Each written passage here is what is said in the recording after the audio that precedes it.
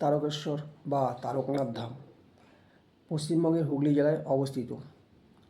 এই তারকেশ্বর সৃষ্টি নিয়ে অনেক চমৎকারী ও অলৌকিক ঘটনা শোনা যায়। আজ আমি এই সৃষ্টির ইতিহাস নিয়ে আপনাদের সাথে কিছু আলোচনা করতে চলেছি। আলোচনাটা যদি ভালো লাগে প্লিজ একটি লাইক করবেন এবং চ্যানেলটিকে সাবস্ক্রাইব করবেন, কমেন্টে লিখবেন হর হর মহাদেব। চলুন তাহলে ঘটনাটি শুনে নেওয়া যাক।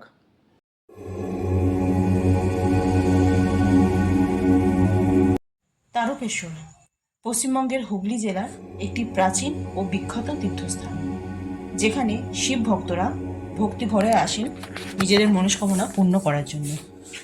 এই মন্দির ও স্থানের সৃষ্টির পিছনে রয়েছে একটি চমকপ্রদ ও অলৌকিক কাহিনী। প্রাচীন জনশ্রুতি অনুযায়ী প্রায় 350 বছর আগে হুগলি জেলার একটি নির্জন অরণ্য গবাদি পশু চড়াতে আসত এক রাখাল। একদিন সে লক্ষ্য করে একটি গাভী প্রতিদিন একটি নির্দিষ্ট জায়গায় গিয়ে দুধ দেয়, অথচ সেই স্থানে কেউ নেই। রাখাল বিষয়টি মালিকের কাছে জানায়। মালিক ও স্থানীয় লোকজন সেই জায়গাটি ঘুরে দেখতে পান একটি শিবলিঙ্গ। এই অলৌকিক ঘটনাকে কেন্দ্র করে স্থানীয় জমিদার রাজা রাম চৌধুরী শিবলিঙ্গের উপর একটি মন্দির নির্মাণ করেন। মন্দিরটি পরে তারকনাথ মন্দির নামে পরিচিত হয়। অনেকে বলে তারকেশ্বর নামটি এসেছে তারক নামক শিবের এক রূপ থেকে। আরেকটি প্রচলিত কথা অনুযায়ী তারকেশ্বর মন্দির সৃষ্টির রহস্য কথিত আছে। বহু বছর আগে এক সন্ন্যাসী, নাম ছিল বিশ্বনাথ গিরি, হুগলি জেলায় গভীর জঙ্গলে গভীর ধ্যানমগ্ন ছিলেন। তিনি এখানে একটি প্রাচীন শিবলিঙ্গ খুঁজে পান।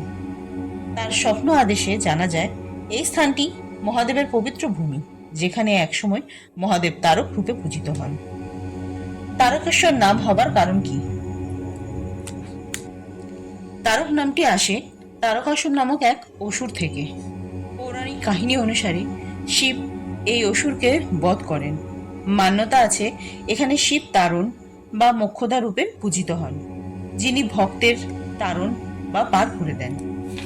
তাই এই স্থানের পরিচিতি হয় তারকেশ্বর নামে, অর্থাৎ তারক রূপী ঈশ্বর শিব। এই মন্দিরের নির্মাণ ইতিহাস কি বলছে? বর্তমান মন্দিরটি নির্মিত হয় 1729 সালে। জমিদার রাজা রামচন্দ্র চৌধুরী মন্দির নির্মাণ করেন। তিনি এই স্থানে ধ্যানরত সাধুর কথায় অনুপ্রাণিত হয়ে এখানে একটি মন্দির গড়েন। পরবর্তীতে তার বংশধরেরা 18 শতকে মন্দিরের সংস্কার ও সম্প্রসারণ করেন। শ্রাবণ ও চৈত্র মাসে বহু দূর দূরান্ত থেকে লক্ষ লক্ষ ভক্ত এখানে গঙ্গা জল নিয়ে আসেন বাবার মাথায় জল অর্পণ করার উদ্দেশ্যে ও মনস্কামনা পূরণের জন্য। তাই সেই সময় সেই উপলক্ষে এখানে মেলাও বসে।